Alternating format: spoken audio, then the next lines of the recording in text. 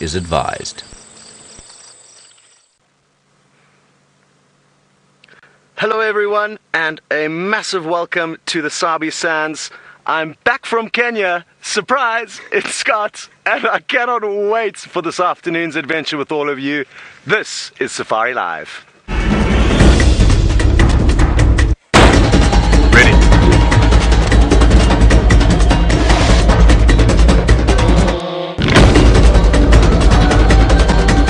Standing by.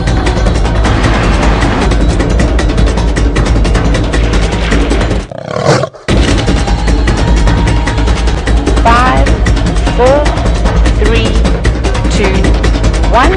You are live, you are live.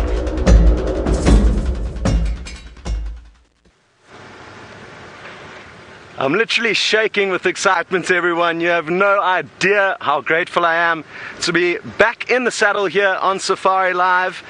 Myself and Nikki arrived yesterday afternoon, and it's been so good to catch up with the crew, hear about all the changes. We've been so busy up in Kenya, we sadly haven't been able to follow Safari Live's wonderful journey as closely as we would have liked to, but I can guarantee you that it is an absolute treat to be back here, and look forward to catching up with all of you that know me. For those of you who don't, I left about a year ago with Nikki. Nikki is my partner. She was a director of the show before we left, and we've been up in Kenya managing a camp since we've been gone. So we're just back on holiday now, and the Safari Live team very kindly invited us back for a visit and a special safari this afternoon with all of you guys. Thanks, buddy. Thanks, Dave. Thanks, Dave. The bush has changed greatly since we were last here. It's become very thick and green. When we left last year about this time, it was very dry, so to see the bush so alive and lush is a very wonderful thing. And just driving around this morning with James, I was astounded at all the changes that have happened since we've been gone. Thanks so much to all of you who have already expressed kind welcome backs to myself and Nikki. And like I said, we are just so grateful to be back here.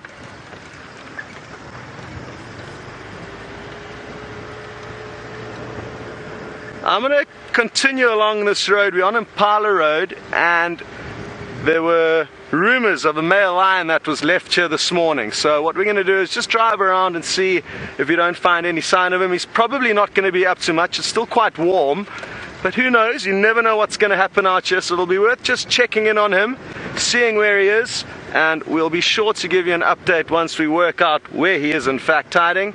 Until then, we're going to send you across to Brent's.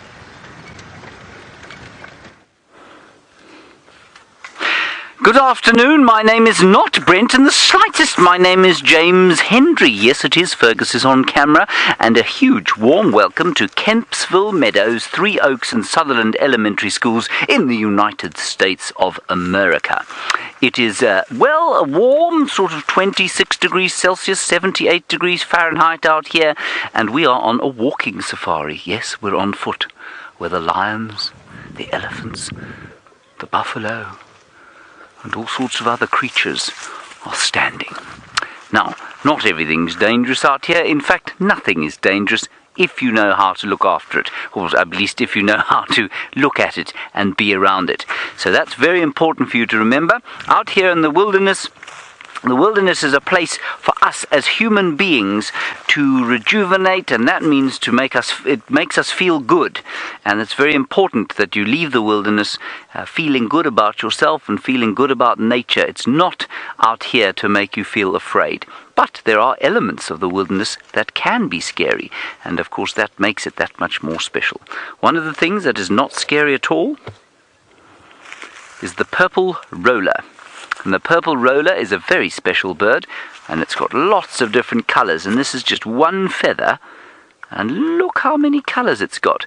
Remember, we'd love to have your questions.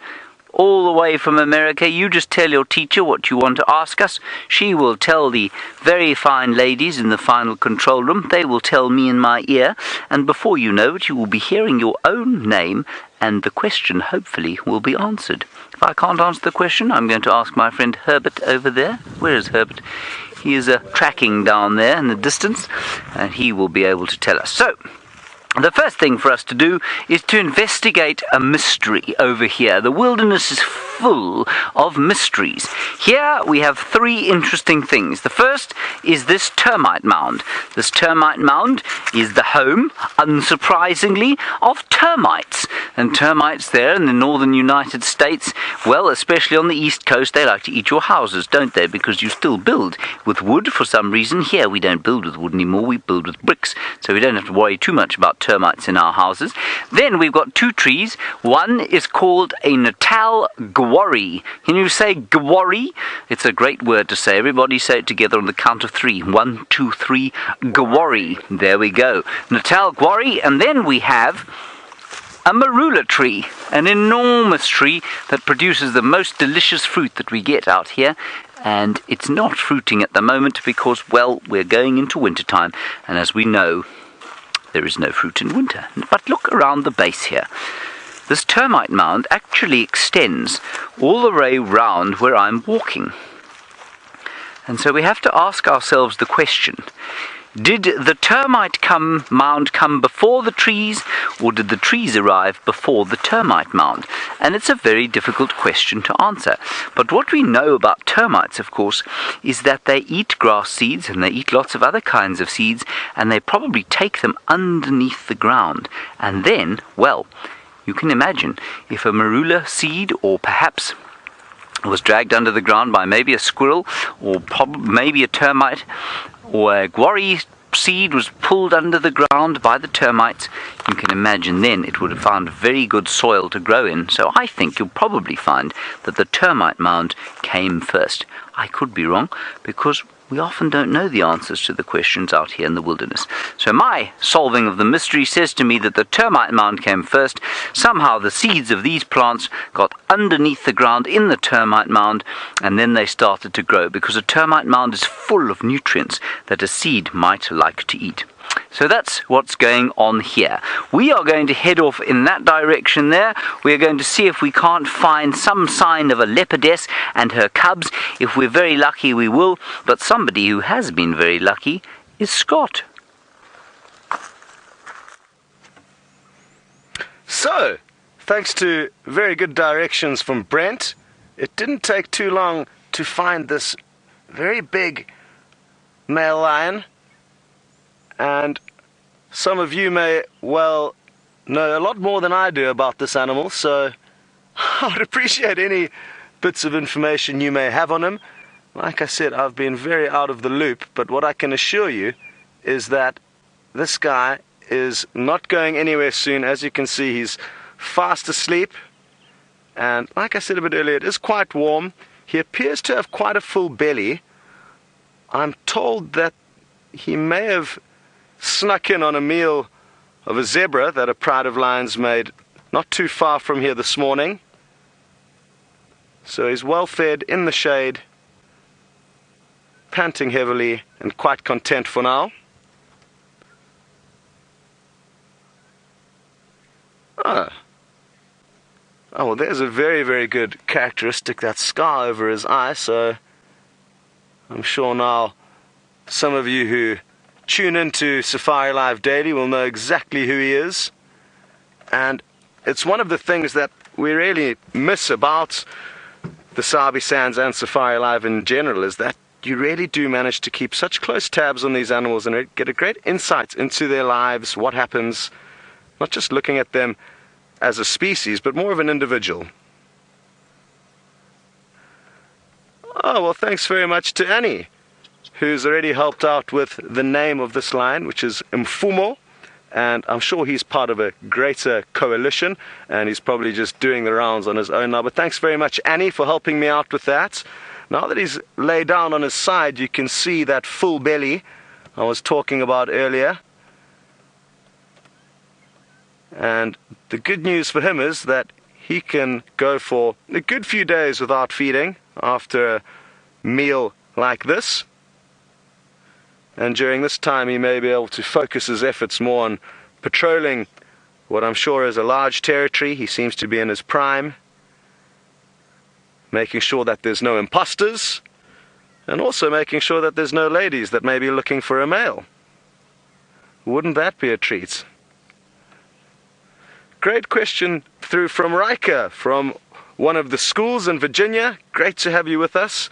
And I always tell the school kids to be very grateful of their teachers allowing them to get involved in this. So don't forget that. Riker, you would like to know if lions ever go into any kind of form of hibernation. And it's a good question. Lions don't actually do that. They actually probably prefer the colder months and become more active in the winter, especially during the daylight hours. So the lion's not a good example of an animal that hibernates. And actually, most animals in South Africa, where it's quite hot where we are now, will not have the need to hibernate because we don't get very much snow here. But we get the opposite of that, right? And it's called estivation, which means you become less active, like animals do when they hibernate, only when it becomes very hot and dry. So animals like crocodiles will do that. When the rivers dry up, they'll go into the caves and basically sleep until the rains come again. So there are animals that estivate in Africa when it gets very hot and dry and when there's not much food around. But the lions, thankfully, they can handle the weather throughout the year. Through summer and winter, they'll be on the move.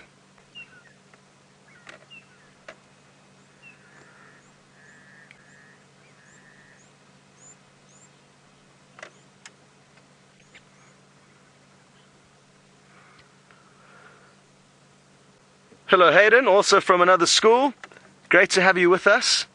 And you are entirely correct. Lions do like to sleep. They love to sleep actually.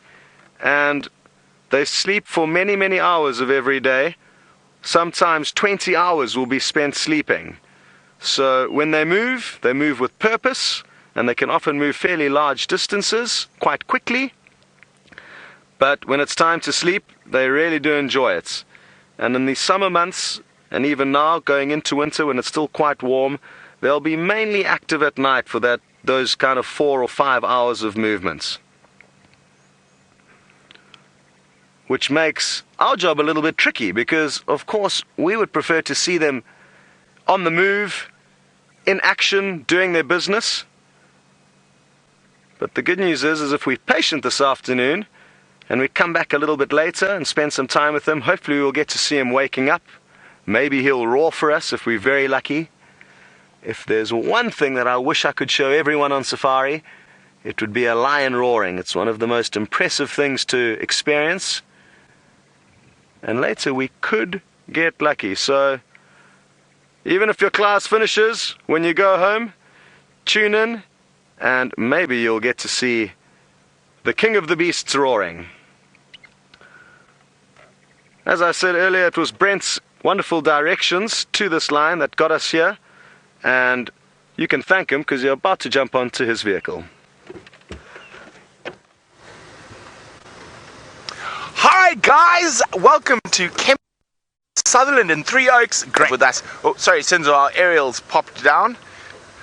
But isn't this exciting? My name is Nat.Geo Smith, and you heard me talk about Senzo, who's my cameraman. And can you believe it? Out of all the places in the massive country of South Africa, both come from the same hometown.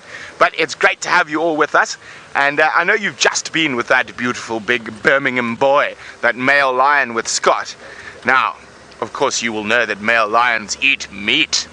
And there's something I think you probably don't know that is very important for lions. Wonder what it could be? I'm going to show you what could be. Okay, now if I stop here and we look all around us, let me get past to the spiky ones, there we go, that looks nice to play in. So if we look past and we go here, I'm standing in a sea of grass, but lions don't eat grass, they eat meat. But I said grass is important for a lion. Why? Well, of course, the things that lions eat, which are meat, eat grass. So a lot of people don't realize that one of the most important things in the African bush is the grass and the soil. Because if you don't have good soil, you don't have good grass. And if you don't have good grass, you don't have zebras, wildebeest, impalas to eat the grass. I don't like grass though. I'm more like a lion. I like meat. But so without grass, there's not going to be any meat for the lion, so we wouldn't have lions. And that's the amazing thing about here. Everything is interconnected. So the grass is connected to the lion's connected to the sand, and it is an amazing system that we get to look at and learn about every single day. I've still got grass stuck in my teeth. It says, oh, Ariel, sorry, but it's just kidding. I don't want us to disappear accidentally. Okay, so isn't this exciting? We are live in the middle of the African bush, and instead of having a maths class or something, you're coming on a live safari. So I want lots of good questions. I'm sure you guys are a bunch of smarty pants, so I want nice smart questions from you, and I look forward to hearing from you. Ooh, and James has now found one of the coolest birds we get out here.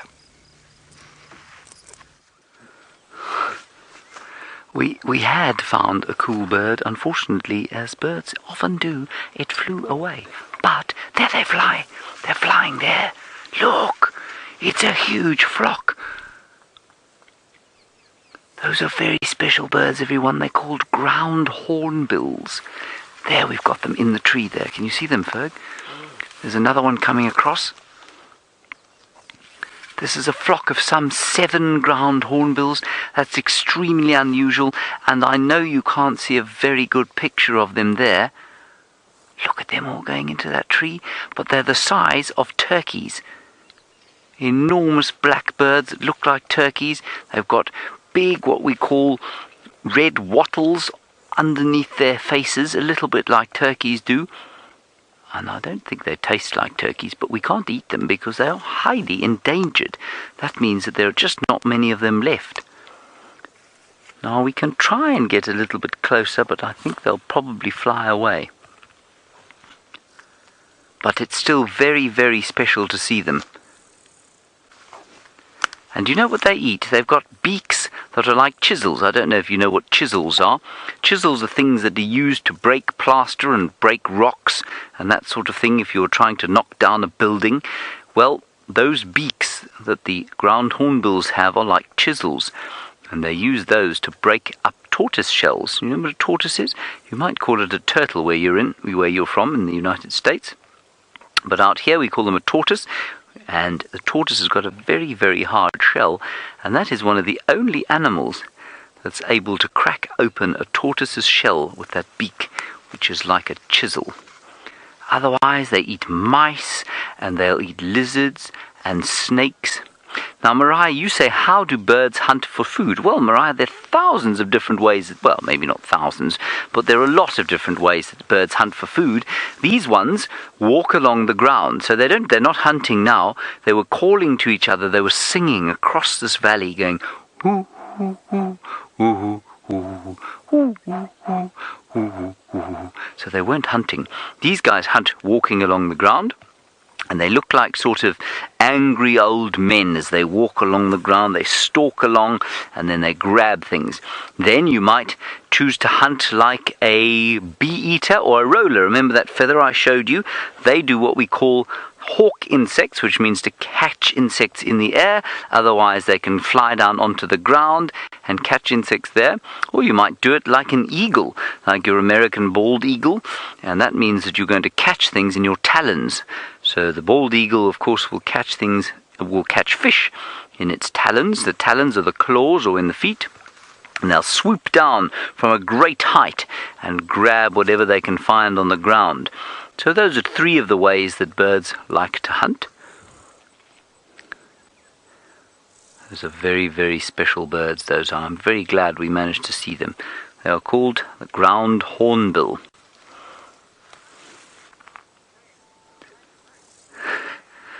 Tash, you want to know how a bird can eat a worm with one bite? Well, Tash, it depends on the size of the worm, really. I tell you what, have you ever eaten spaghetti, Tash? Do you know what spaghetti is? I'm sure you must have eaten spaghetti at some stage. Well, spaghetti is edible by sucking it up into your mouth. You put one end in and then you go... and eventually the spaghetti goes all the way into your mouth, and that's, well, a little bit like how a bird can eat a worm. Otherwise, what they might do is break it up into small pieces and eat it like that. And maybe that's how you eat your spaghetti. I don't know, Tash. I just want to show you how they walk, those things, because it's quite easy to do. They walk like this, through the grass, with their long beaks, and they look like grumpy old men. And then when they find something like a tortoise, they'll stop like this, and they don't move very fast, just like grumpy old men, and then they will drive that beak down into the tortoise and it'll go, ah, ah, ah. They'll break it open, and then they suck out the juicy bits from the insides.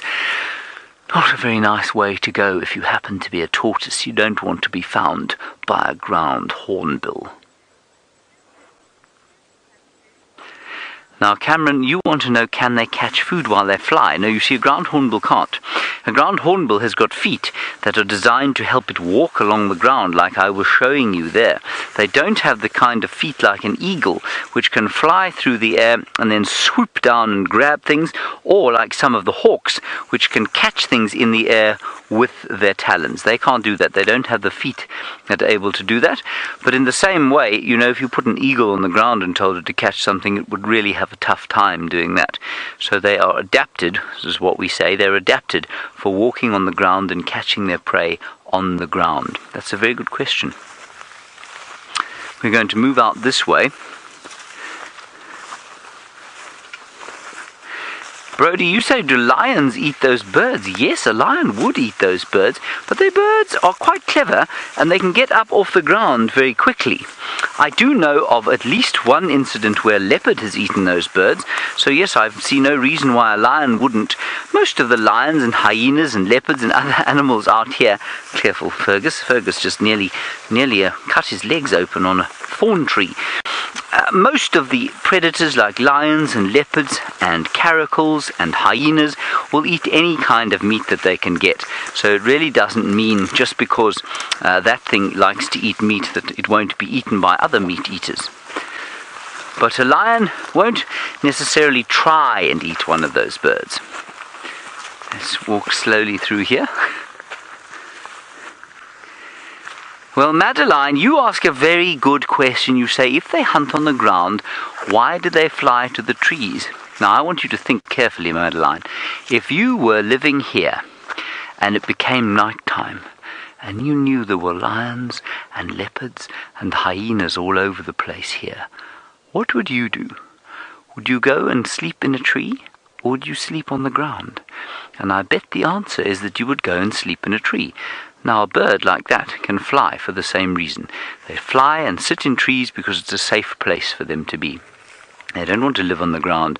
They're too big to hide, and so they go and they sit in a tree where it's safe. And you know, there are parts of the world, like New Zealand. You can ask your teacher where New Zealand is. It's down under, as they say, so very far south in the planet and very far towards the east. Well, in New Zealand, there are lots of birds that cannot fly, lots of them, because there are no predators there to eat them. And so they've lost the ability to fly. They don't need to fly into the trees. They sleep on the ground. But here, where there are predators like lions and leopards and wildcats and civets and genets and hyenas and wild dogs and jackals and all sorts of things like that, well, you have to be in a tree. Otherwise, it's impossible to survive on the ground. Let's head out this way. We are still hoping, perhaps, to find our leopard. While we do that, Scott has left the lion because lions do a lot of this during the day.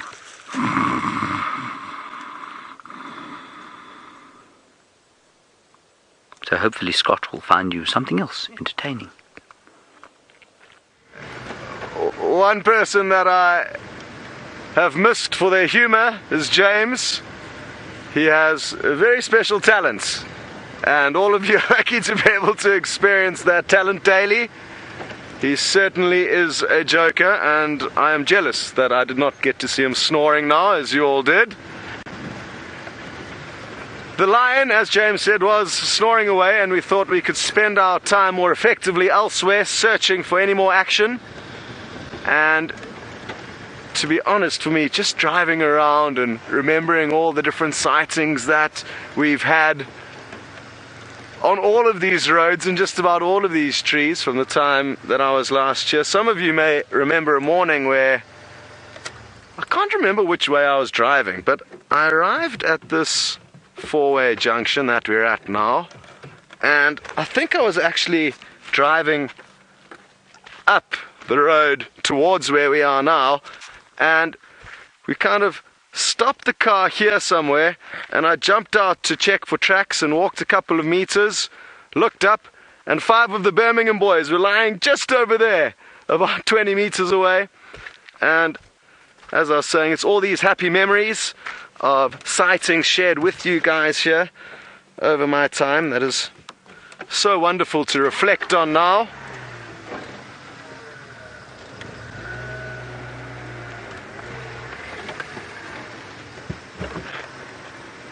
Hello to Riley. Good to have you with us. You would like to know if it's ever dangerous to go on safari. And yes, certainly, Riley, there are some things that are dangerous out here. No different to in a city, I guess. Every day when you cross the street, there's a lot of danger there, but as long as you know what to do, which is look left and right usually, then the danger of those vehicles becomes a lot less. And it's the same with coming on safari. There's lots of animals and things that could be dangerous, but as long as you take the basic precautions, generally the animals will run away from us and let us do our own thing. They've become scared of us over time, and it's only in special places like this where over many years us driving around and not bothering them, not feeding them, not hurting them, not chasing them, have they slowly began to trust us. So it's not everywhere in Africa where you'll be as lucky as we are here in the Sabi Sands, where you get to see lion 10 or 15 meters from the vehicle, completely unperturbed by our presence. And that's the same with leopard, the impala, everything. If they saw us for the first time, they would run away. So even though there are some things that are dangerous on safari, it's definitely not a reason not to come. You're probably safer here than you are in any city in the world. At least that's what we all tell ourselves. It's just if you take chances or bother the animals that they'll typically become aggressive. So Riley, fear not. Don't let danger perturb you from coming on safari. Thanks so much for sending through all your questions, guys. We've got another one from Ravi, who would like to know, how do we know where to start finding the animals? That is the golden question, Ravi. We don't know, and we just drive around hoping that we're going to find something. However, there are little clues and tricks and signs that you can learn, just like the dangers that are out here that I was explaining to Riley. The ways of finding the animals or knowing where you may find them comes with a bit of experience. So as I'm driving now, I'm checking the road very carefully to see if there's any tracks of animals. Tracks are a very good way to find out where an animal may be hiding. Also, to hear alarm calls of birds or monkeys or antelope that may have seen a predator is a good way to find animals. So it's not all about knowing where they are immediately, but more kind of like piecing together a puzzle. So as you know, James is out on foot, he's working on one piece of the puzzle, Brent's working on another piece of the puzzle across on Cheetah Plains, so further to the east of us, and I'm focusing on the western part of the Safari Live puzzle today, working a different area, and all of us working together, sharing updates, knowledge, any info that we may have will help us to try and find the animals. I guess the beauty is that even though you may be looking for a leopard or a lion, you may bump into anything along the way, and that is one of the best things for me about being on safari and about you guys being here to share those moments of discovery with us. And we were just saying this morning with all of the crew, one of the most enjoyable moments of driving around and doing this is when you've been searching, and then all of a sudden you stop, and there it is, you spot the leopard. Sadly, it didn't happen now. But those are the most exciting feelings for both the cameramen and the guides out here on Safari Live.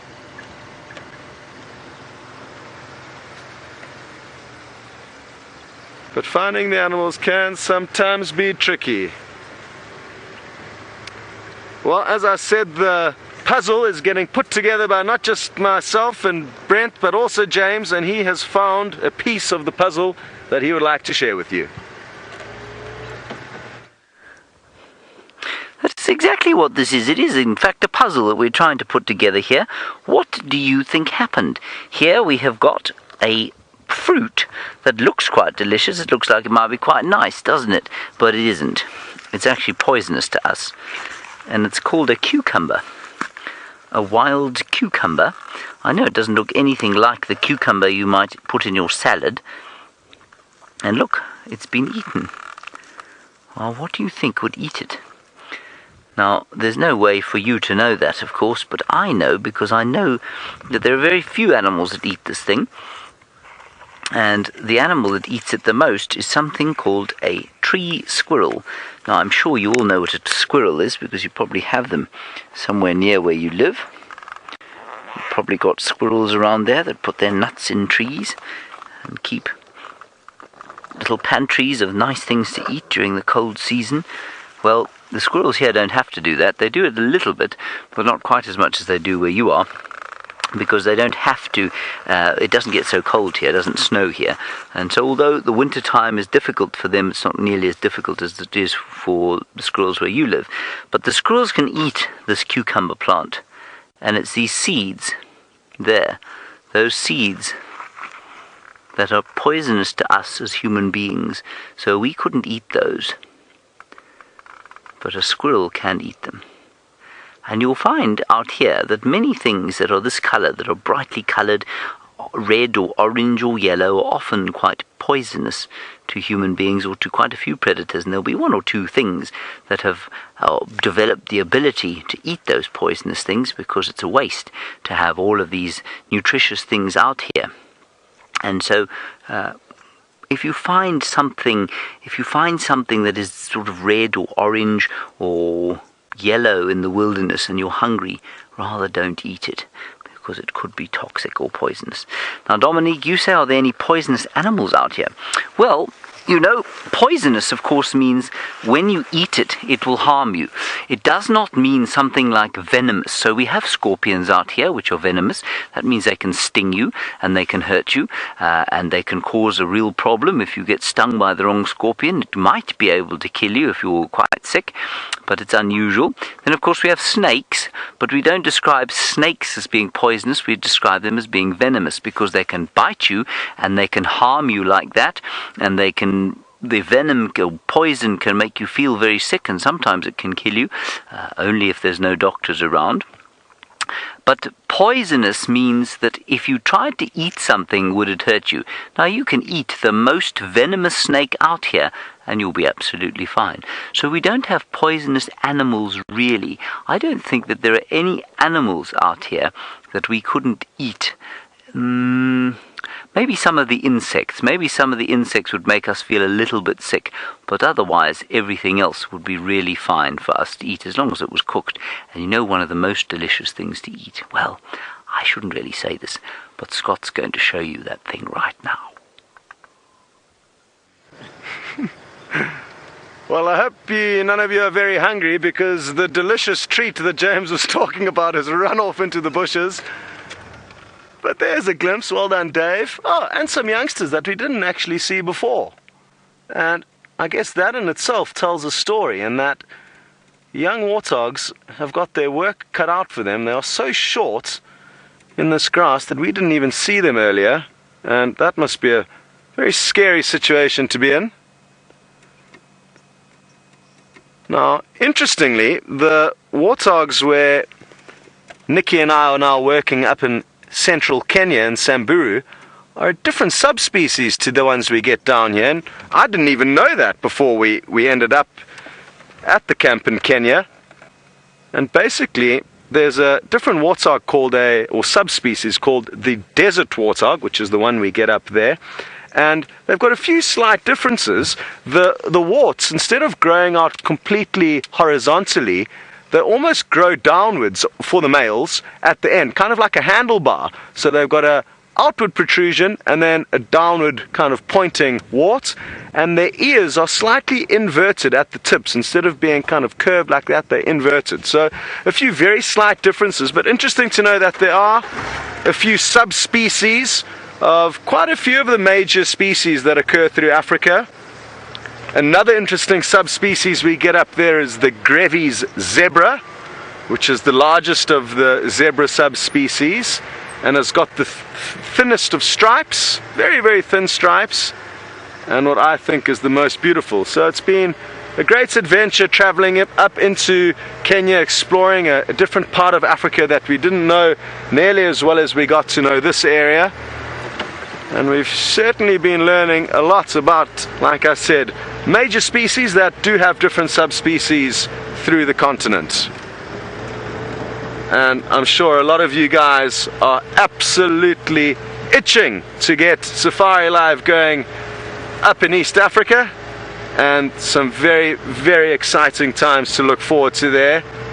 I'm so happy that the team have managed to work on getting things going up there, and you guys are in for an absolute treat. Not to say that the Sabi Sands is an incredible place, but you'll have both wonderful destinations to look forward to, not just here. And like we always used to say, well, I used to always say, we used to try and get as many people on board this live safari as possible, because the more people on board, the more places that you can be taken on safari, and it's slowly happening. Well, not that slowly actually, there have been some drastic changes, and all heading in the right direction for more Safari Live action across Africa and beyond. It sounds like Brent is racing about Cheetah Plains trying to find you some action, so why don't you go for an update on his vehicle to see how he's getting along.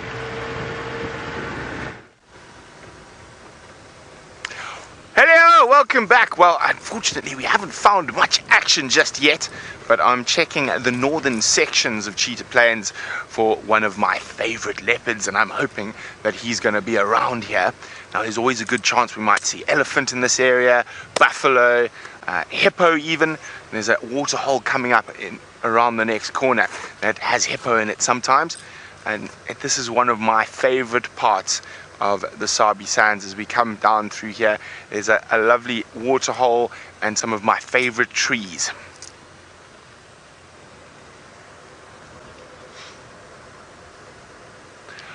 Hi Daniela. Daniela is wondering, are there any jungles in the safari? Well, Daniela, where we are at the moment is what we call a savanna. Now, a savanna is a mixture between woodland and grassland, so we don't have any jungles here. Now, Africa has the second biggest jungle in the world after the Amazon, and it's called the Congo Basin rainforest, but that jungle is quite far from here. It probably starts about 2,000 kilometers from here, so what's that, over 1,000 miles away from here is where the jungle starts. So no jungles on the safari, although sometimes some places look thick enough to be a jungle. And let's have a look at this waterhole now as we go around the corner. Maybe we're lucky and there's a hippo there.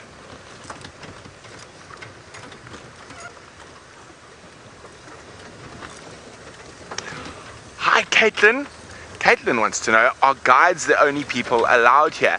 No, Caitlin, anyone can come visit, but guides are the only people who are allowed to drive around here, because we have lots of experience and we've been trained in how to drive around animals. So we are allowed to drive off the road even to follow animals as they move through the bush. But we are not the only people allowed here. People are allowed to come on holiday here and stay at one of the beautiful safari lodges we have here.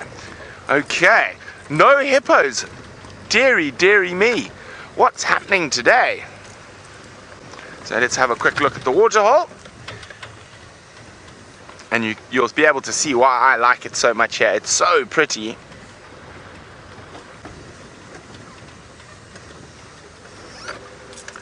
There we go. Beautiful little waterhole. But no hippos in it today. Joseph is wondering, what is the most rare animal on safari? Oh, Joseph. That's a difficult question. I would probably say it is the pangolin. Pangolin is a scaly anteater. And that's probably the rarest animal we get on safari. And, believe it or not, I saw one on safari about 300 yards from where we're sitting right now. I think I might just go check there again. Who knows? Maybe we're going to be extra special lucky today.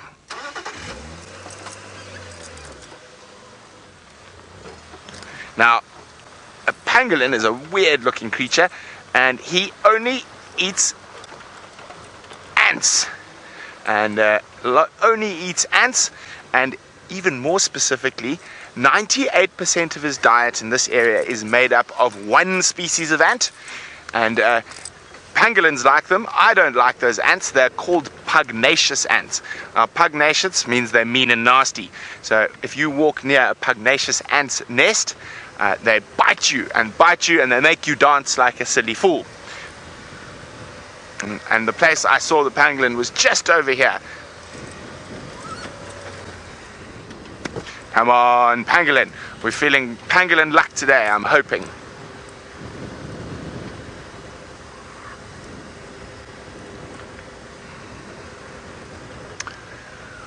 Hi, Rachel. Rachel's wondering, do tigers live here?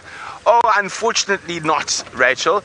Tigers don't live in Africa. We have lions, leopards, cheetahs, African wild cats, black-footed cats, lynx or caracal, and serval, and golden cats, and I think, what other cats am I forgetting? Sand cats, but no tigers. Tigers live in the east. They live from India all the way through to China, and even all the way to Siberia in Russia. And they also live on some of the islands off the coast there as well. So unfortunately no tigers here, but we did get to see that beautiful big male lion with Scott. Okay, this is Pangolin Alley, everyone. So I've seen the pangolin once here, and I've found its track 3 times. So pangolins can be quite regular in their movements, but they can take some time to get around there. So let's fingers crossed that we're in the right spot at the right time today.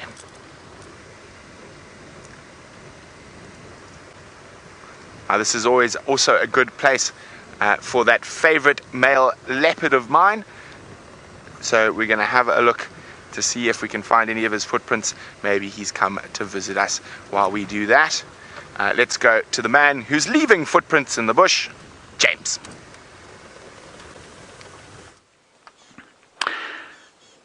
I'm just listening because I can hear some rattling susticulars. They're little birds going, and they're doing that because they can see us, and they think, there they are. It's going to be very difficult for Fergus to try and see one. Let's see if we can't see one quickly. They're doing that because they think that we are predators, which we are predators out here, and so they're afraid of us, and they're saying to all their friends, watch out, watch out, watch out, watch out, watch out, watch out, watch out, watch out, watch out. And I can't see them, but you might just be able to hear them going, pee, pee, pee, pee, pee, pee, pee, pee, pee, pee. There's one. You see that bush there? See if you can find him. Pee, pee, pee, pee, pee, pee, pee. Now, if you're looking for birds, sometimes if you make a call that sounds a little bit like that, they'll come out. You got him. He's flown away.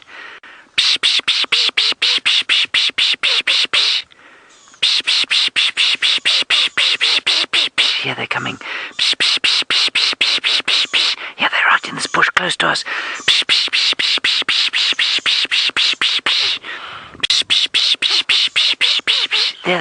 You see them there?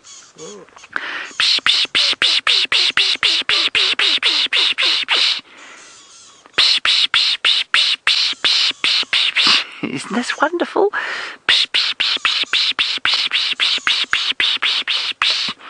Now remember the name of this bird, the rattling cisticola.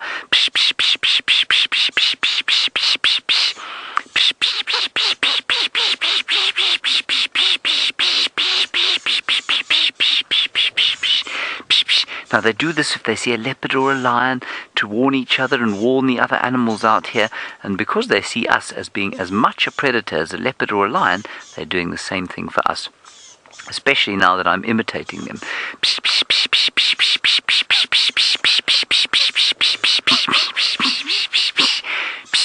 Every time I do this they go.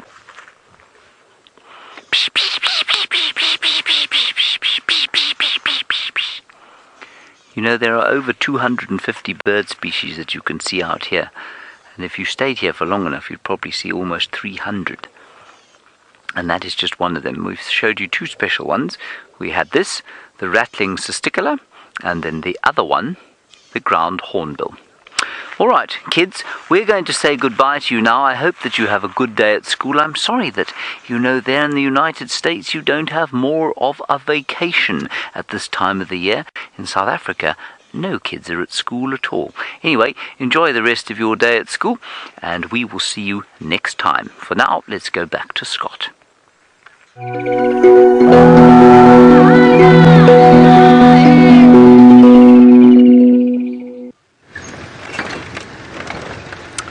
So, we are approaching Treehouse Waterhole. We're not too far away, and who knows what will be waiting there.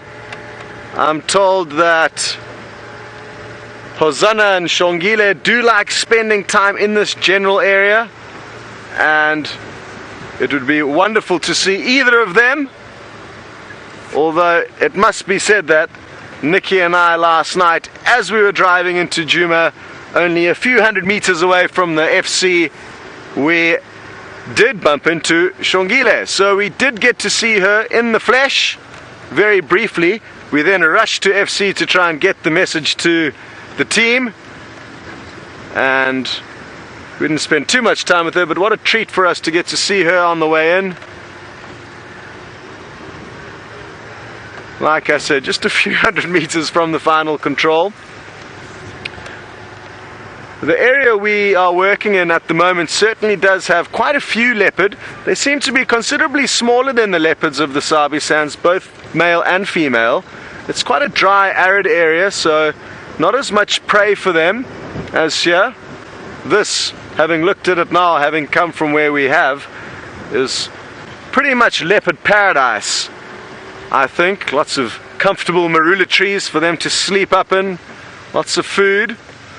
Well, I guess they do also have lots of competition with all the lions and hyena around, so I guess there's pros and cons for any of them, just like it is for us, depending on where you live.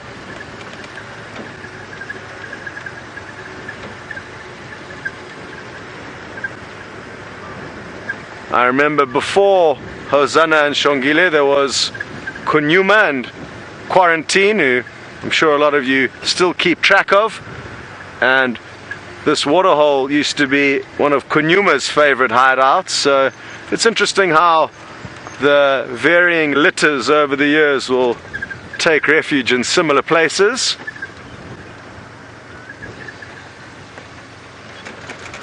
This tree over here used to be vertical once upon a time, and very often there would be village weavers that would come and build their nests in it. It has subsequently been pushed over, in all likelihood by an elephant. But it's all these small changes that are so wonderful to see after being back for a year. After being away for a year, rather.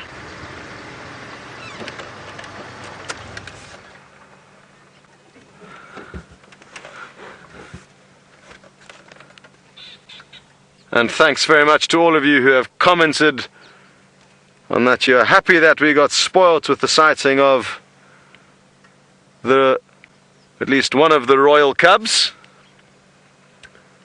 Just going to have a quick scan around with my binoculars and also just keep the vehicle off for a moment or two and enjoy the bird song, and also open up the opportunity to hear some alarm calls.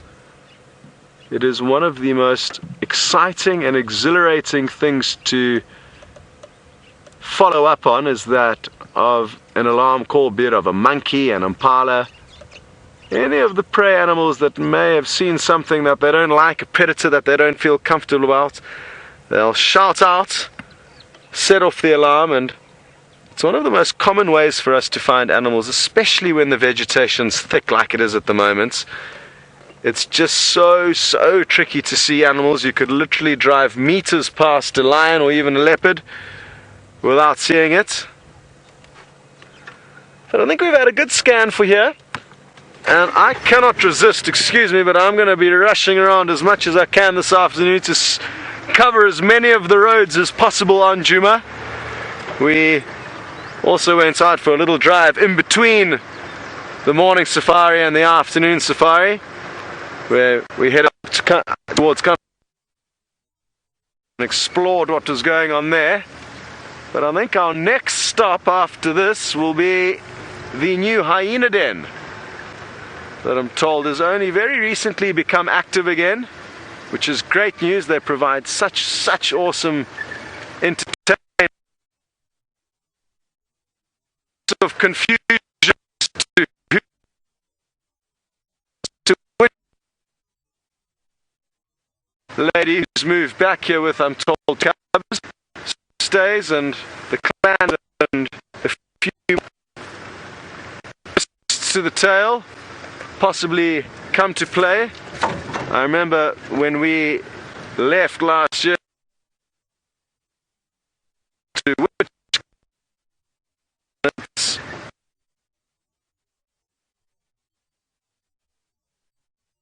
we all work together on this. Hello, welcome, and sorry about that. We're trying to find, the shimmering beauty that is cruising across Cheetah Plains at the moment. There we go, Sens. Let's see, hopefully the whole flock takes off. But the other day when I was down here, there were probably 1,000 or so Queleas in one flock. I think there's probably good 2,000 or 3,000 spread out across the open plains now. Isn't that beautiful? Backlit Queleas. So awesome. Oh, where'd they go? They all decided to land. Let's try and get a bit closer.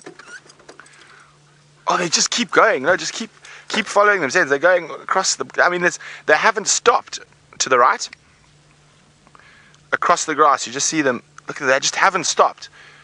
They just keep going. It's never-ending supply of Queleas. Again, there's probably a good 2,000 or 3,000, maybe a few more. 2,000 or 3,000, give or take a couple of hundred. Just keep coming. That is awesome. Still coming. They still haven't stopped. The flock hasn't stopped. They're still coming.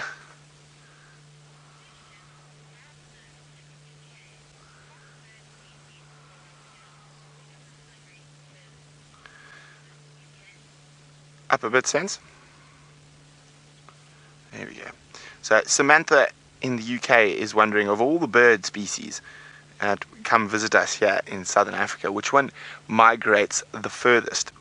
There, they're going back now. Changed their mind, or they're going to go land in the grass. Oh, this is beautiful. It's like ballet. Oof. Sorry, Samantha, I'm just taken aback by this awesome sight of these Queleas at the moment. That is stunning. Now, this is the first time I've really seen big congregations of Quelea in the Sabi Sands in the last couple of years. Look at that! Changing direction. Boom! Boom!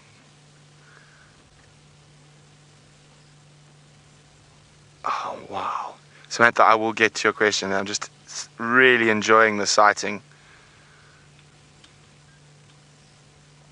Djum! Yow. They're coming closer to us, so I don't want to move. Look at that. Just a few.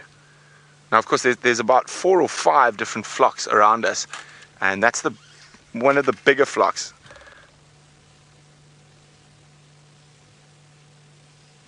And you can see there's more behind them, flying across the backwards and forwards as well. And it looks like another flock's about to come join this lot where they're sitting. In they come.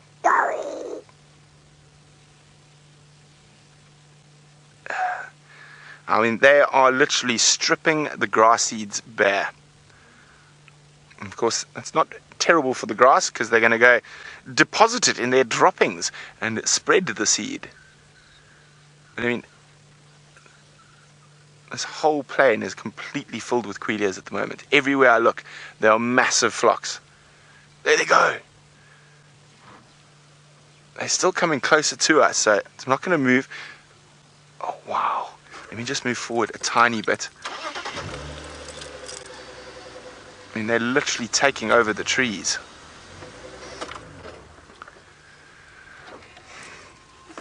And you can just see that. I mean, just look at that. It's almost any little bit of perching space is taken. There's more coming in.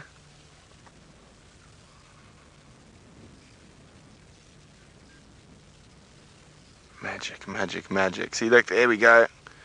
It's just rolling, constant movement. Coming and going.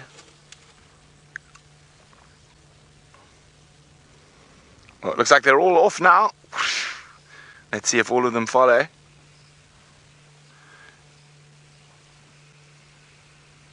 Wow. And there's another flock, almost the same size, a little bit to the left sense, that the light's catching. Just go left, left, left, left. Look at that, the ones in the light. The ones in the light, look at this. And you can see, look at that, with that backlight behind them.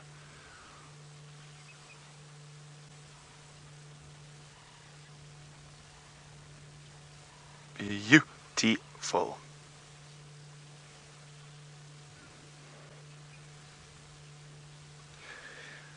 Sorry, Samantha, I was just taken aback by this absolutely gorgeous moment with one of the smallest bird species, the red-billed Quelea. And of course, it is the most numerous bird in the world in terms of individual numbers. And in certain parts of Africa, I've seen flocks of over 1 million. But this is the first time I've seen a really nice big flock right here in the Sabi Sands. Now, your question was, of which of all the bird species in southern Africa migrates the furthest? It's one we don't actually see here. It's a coastal bird. It's called the Arctic tern, and it migrates the furthest of all bird species. It does 11,000 miles in its migration every year. So it's a passage migrant past us. But isn't that incredible? 11,000 miles. Now, Queleas, their movements are a lot more local, and it all depends on rainfall.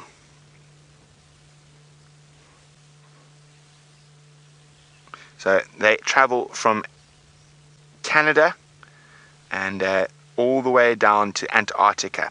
So it's the longest migration of any bird in the world. It is. It's just like this massive dance.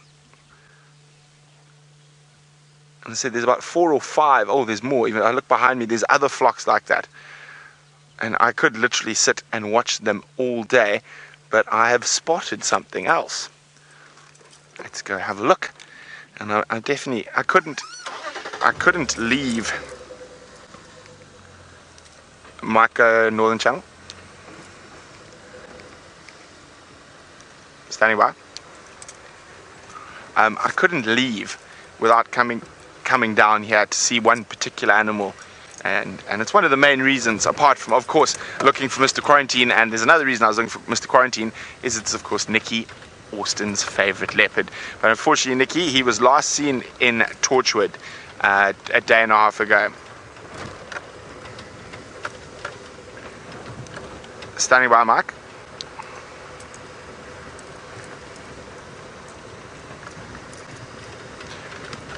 There he is. It's my old mate and someone I couldn't leave Djuma without saying goodbye to. It's Gnormless Gnorman the Gnu.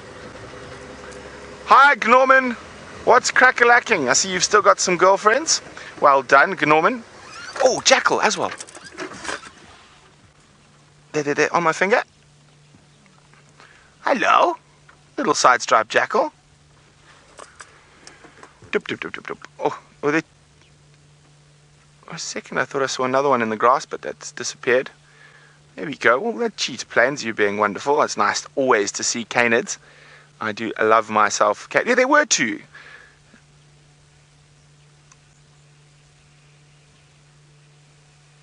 There we go. Beautiful. The second jackal is about to come into shot now. And so it's a pair. So they will live in pairs and they will raise pups together. Now normally in a burrow under the ground. Oh, they've disappeared into the long grass. We can barely see them now.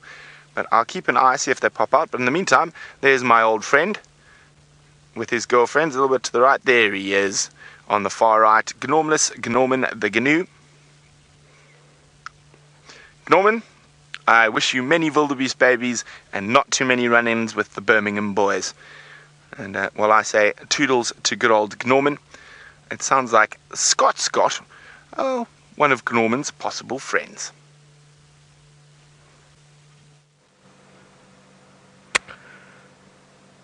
So, I'm really enjoying a different scene right here with these common zebra, which have got a considerably different patterning and even body size to the Grevi zebra, which is the zebra in the area where we're working up in Samburu in Kenya at the moment.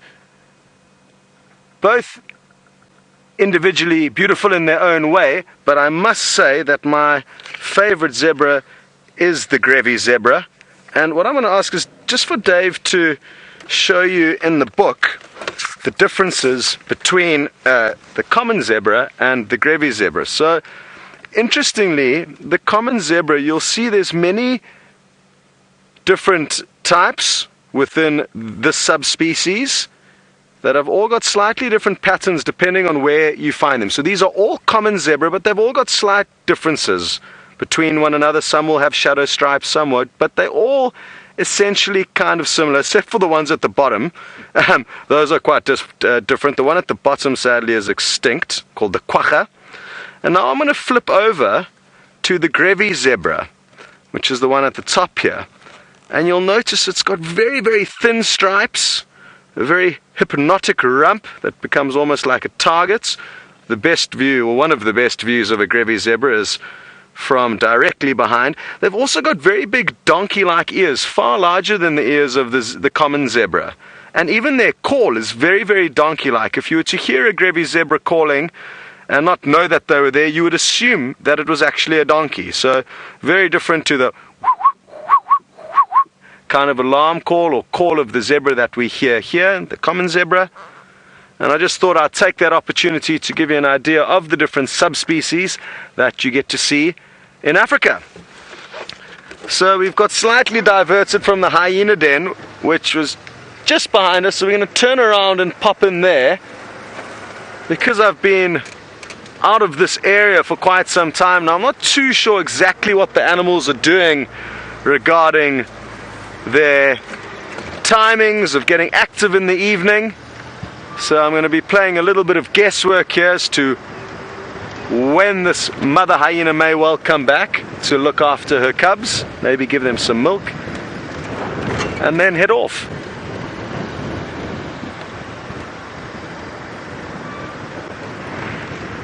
And who knows what she may be heading off in search of tonight, the mother of these cubs, whether she may be planning on hunting for herself or possibly scavenging a meal from a leopard.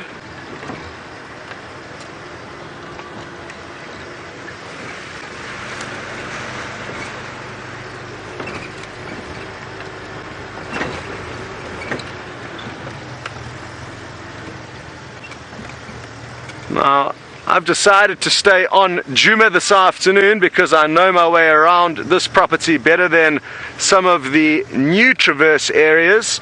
And Charlene's just been asking what do I actually think about the new areas of traverse. It's absolutely wonderful, Charlene. The more space that Safari Live has to spread its wings and document all these wonderful animals and their ongoings, the better. So each time that Safari Live does occupy a new area of traverse, it's extremely exciting news. And I'm sure you guys are really loving the added amounts of action and stories that it allows the team to share with you, being able to follow animals more closely. I know if it wasn't for the new areas of traverse, seeing Quarantine, relatively young male leopard, but now he sounds like he's really made a mark on that territory to the east of us here. So, great news, Charlene. Sadly, I don't think I'm going to be spending much time traversing those areas. As I said, they are foreign to me, and we've got such limited time here that I don't think I'm going to venture out there alone, but maybe I'll be able to jump on with one of the other presenters who knows their way around a little bit better. It's in that hole there that we are hoping to see something, but doesn't look like anyone's out at the moment, and we may be here a little bit early. Although, let's just drive around. There are a few other entrances on the other side of this old termite mound, which the hyenas have adopted as their home, as so many different animals do out here. There's a large amount of animals residing in old termite mounds, so a very important structure and animal for our African ecosystems. Not only for the work the termites do when they're alive and this termite mound was functioning, but also afterwards because it becomes a home. So, no joy. And you may just find that the mother's still relaxing in the shade. The females often move away from their den sites during the day, which causes the kids to go in and sleep within a network of tunnels, and it allows mom to get some much needed rest during the day so that she's recharged for a long night out searching for their next meal. Hyenas have got a tricky job regardless of where they occur in Africa and regardless of what the dynamics are of the clans in that certain area. Here they live in quite small clans and I think rely a large amount on scavenging from leopard. Whereas in the Mara, where you'll be seeing some hyenas shortly, there are massive clans. And there they are strong enough to band together to either hunt their own prey or overwhelm prides of lion and chase them off. So that's a really incredible thing that you guys should be looking forward to, the change in dynamics between different species and how they work in different parts of Africa. James has found another predator. It's a very small one, but equally interesting. Enjoy. I'm not sure that it's Brent. It's me, James. And there is the tropical tent-web spider. Beautiful tropical tent-web spider. And in amongst the web... Oh, sorry, you did say James. Scott did not link to Brent, he linked to me. I'm just deaf. I'm so old, you see. And in this web, of course, we have 3 egg sacs. And it is a rather spectacular construction.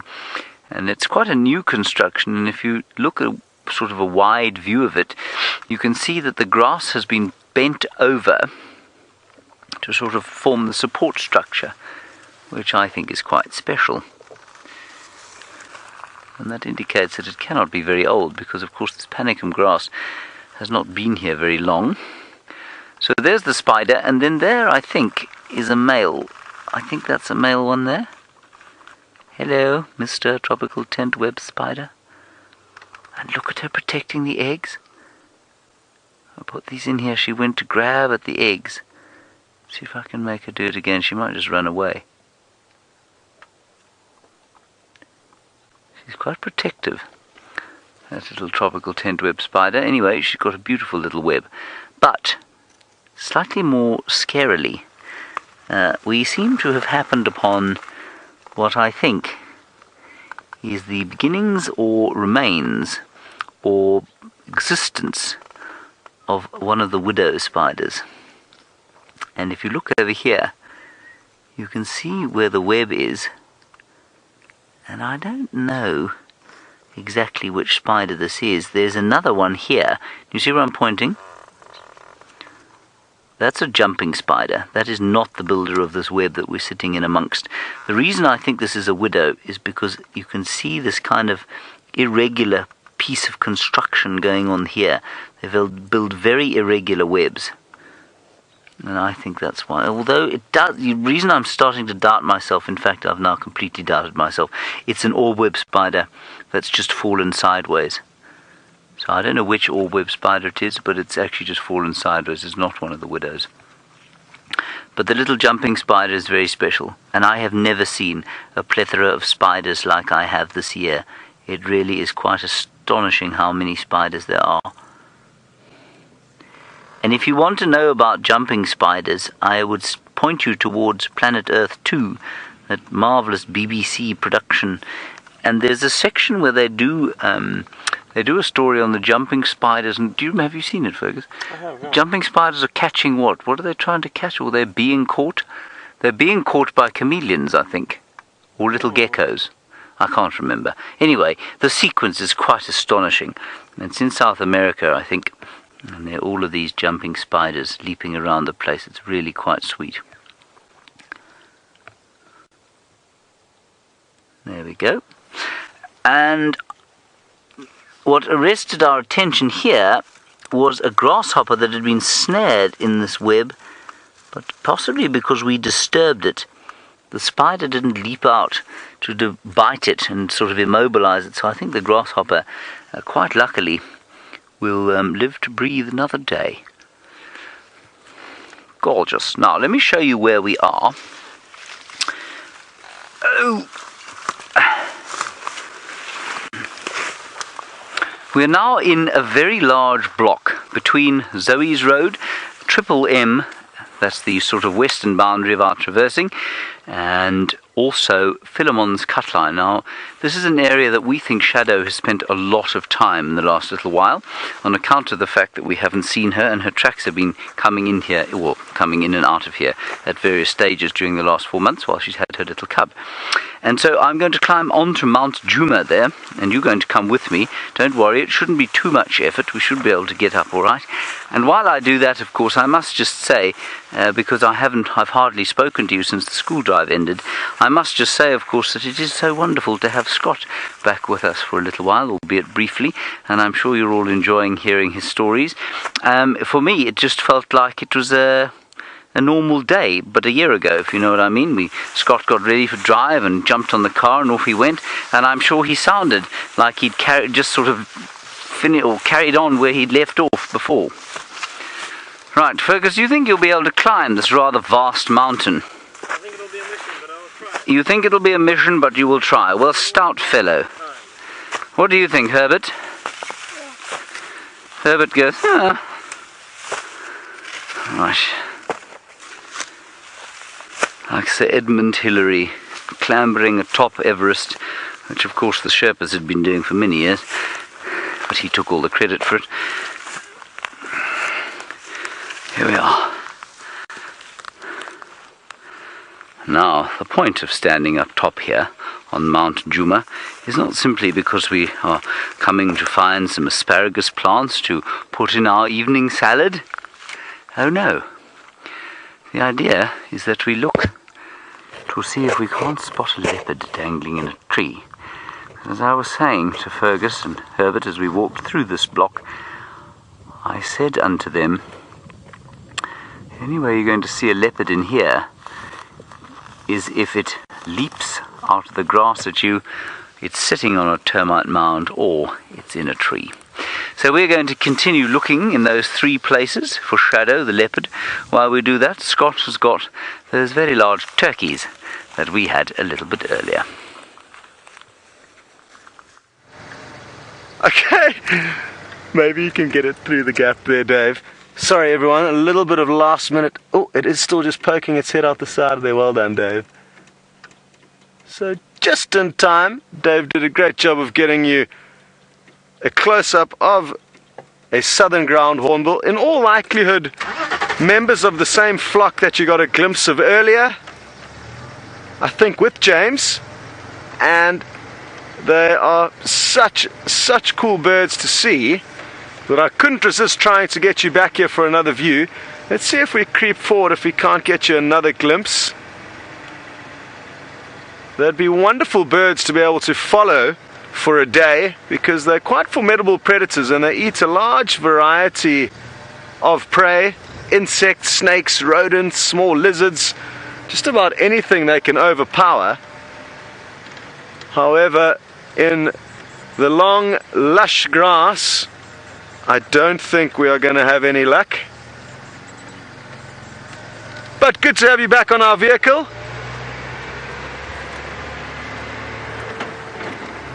After what sounds like a really interesting sighting with James and 3 different types of spiders.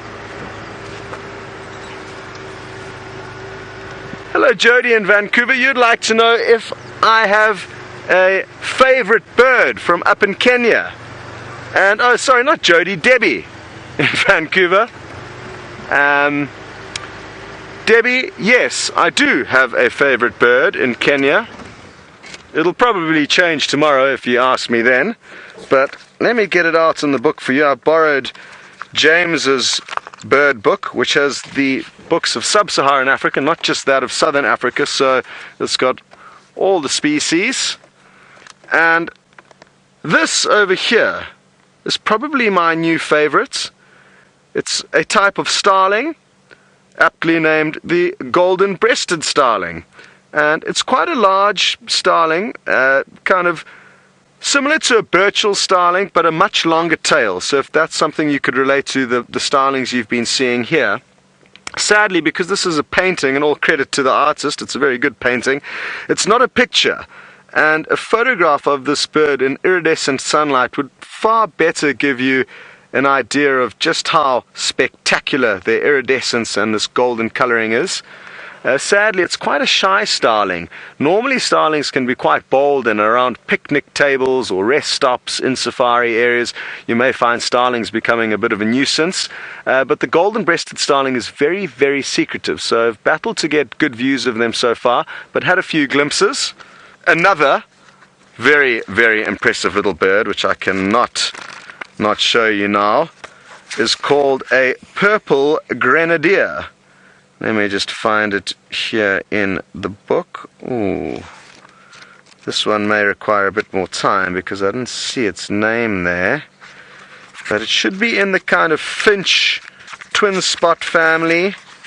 They're very small birds. Oh, here we go. Oh no, that's the violet-eared waxbill. So this is kind of the South African version of what I'm wanting to show you. You do get those in and around South Africa, and even here in the Sabi Sands. I don't think I was ever lucky enough to show you one of these. Here's another interesting one if we go up. It's never ending. The blue waxbills up in East Africa are called cordon bleus. So the one we see has got a little red spot on its cheek, whereas the ones that you get further south just have blue, which is the one we get over here. So there's a few small differences. And oh, here's the purple grenadier. I don't know how I missed it. It's just to the right. Again, sadly, the illustrations don't do them justice.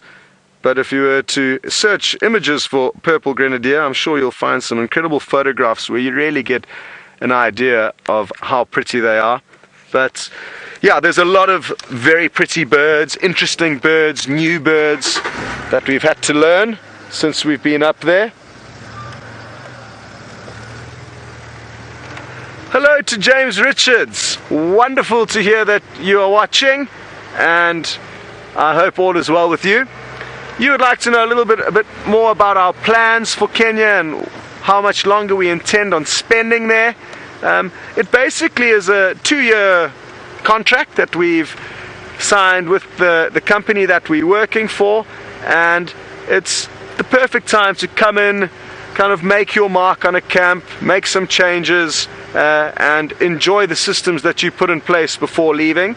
And it also is just the length of time that the work permits come in. So because we are not from Kenya, we need special work permits to be enabled in order to work there. So we've got a 2-year stint, of which we're 1 year in. So we've got 1 more year up at our camp there. Thereafter, who knows where we will be. And at the rate things are going with Safari Live, who knows? We may well join in on the action again here. We certainly have been missing it, both Nikki and I, immensely. And it certainly is an option going forward. Oh, there's some tiny little chicks in the road. I'm not even sure what they were, Dave. Did you get a glimpse of them? They were absolutely tiny, tiny little chicks. Possibly of a quail, I'm thinking, because they were too small to be the chicks of a francolin. They were absolutely minute. Let's creep up because they can't fly yet. I'm pretty sure they're very small. They may well just seek refuge in the grass very close to the side of the road here. And very often these tiny little birds will just lie down rather than continuing to run and evade a predator. As long as they find a little bit of cover, they can just lie down, sit dead still, and use their very cryptic camouflage to hide themselves. Obviously, I don't want to chase them, so I'm probably not going to get out and walk around. I also don't want to squash them. But if I just lean over the vehicle a little bit, I might just be able to see one. But I think Mother Nature and her clever tricks are going to win this battle. And as I said, they know that their camouflage is so good that if they just get into a little bit of cover and then keep still, not much is going to see them. What I'm going to do is I'm just going to poke my head in the thickest little bush here, very carefully positioning my feet to make sure I don't disturb them or squash them. I think they may have already skedaddled, but worth a try. There's some Impala rutting behind us.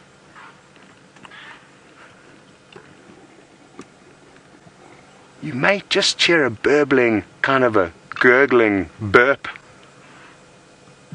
followed by some some kind of barking, and it's a really interesting sound that I'm very happy to be hearing.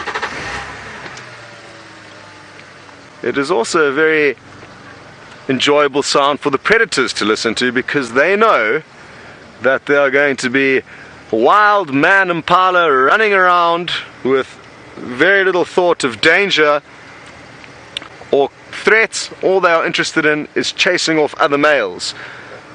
So it's a great opportunity for lion and leopard to snag onto easy meals as the male impala run around chasing one another wildly.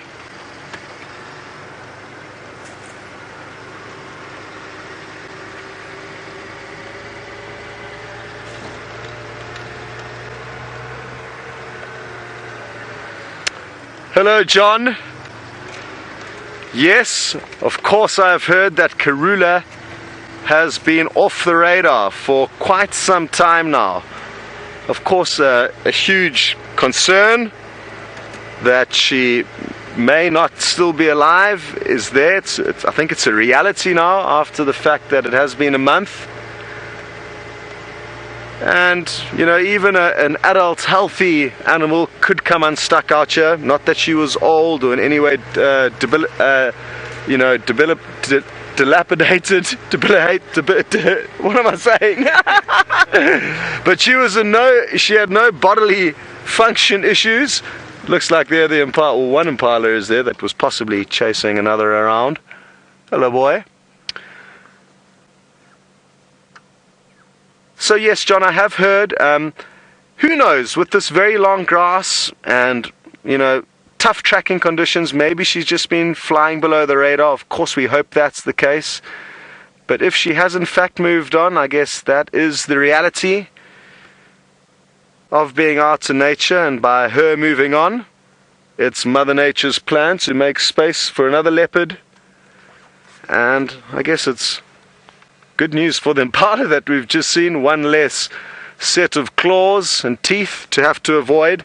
So it all works out in the end, and it's all important, as tough as many scenarios may be to watch or to witness or to be a part of our chair on safari.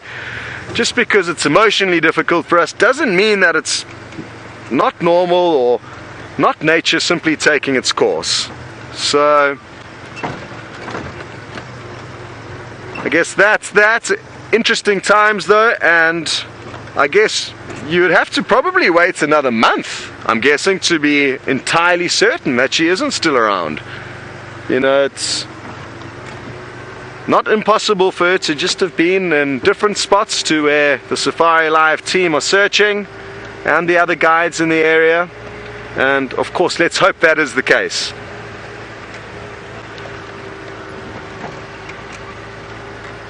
So I'm going to be making my way back towards the big male lion that we got to see earlier. Before that though, I would just like to try and show you one of my favorite birds. There's a couple of them in there, Dave. There we go. Look at that.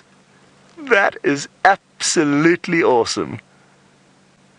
So is the new camera, which is getting you up close and personal, and I'm thoroughly enjoying the views that it's bringing us. Look at that eye. I mean, that is some serious makeup and hairdo if I've ever seen. That's the white crested helmet shrike, a beautiful little bird that flies around in family flocks. And as they have drifted off, we are going to drift you off back onto Brent's vehicle.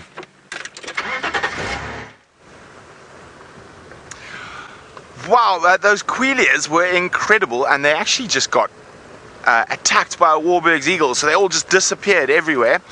And unfortunately that happened on Facebook Live, but so if you want to have a look at that Warburg's eagle coming in to attack the Queleas, it happened twice. Have a look on the Nat.Geo Wild page, just for that little segment. It was beautiful. And of course today is Draw a Bird Day, and Kirsten made me take a piece of paper and says I have to draw a bird while I'm on drive. And well, I'm going to see if you, how small, I can't even find my pencil. Where's all my stuff? There it is. Now I'm going to see if you can guess what bird I'm drawing. So can you see the bird, guys? There we go. Oh, there's the bird. So if you know what bird this is, hashtag Safari Live. Hashtag Safari Live on Twitter. What bird have I drawn today? Hashtag Safari Live. Ah, Final Controls just as confused. Am I being sneaky or sneaky today? But let me know, what bird do you think I've drawn? Hashtag Safari Live. Final Control doesn't know either. Ha ha ha ha ha ha.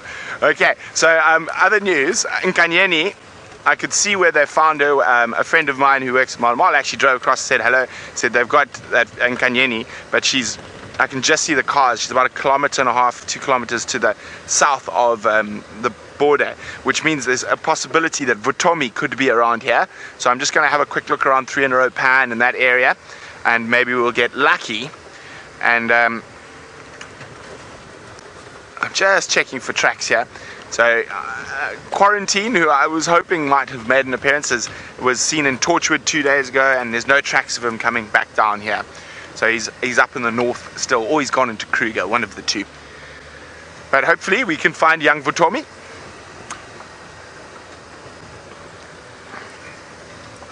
I think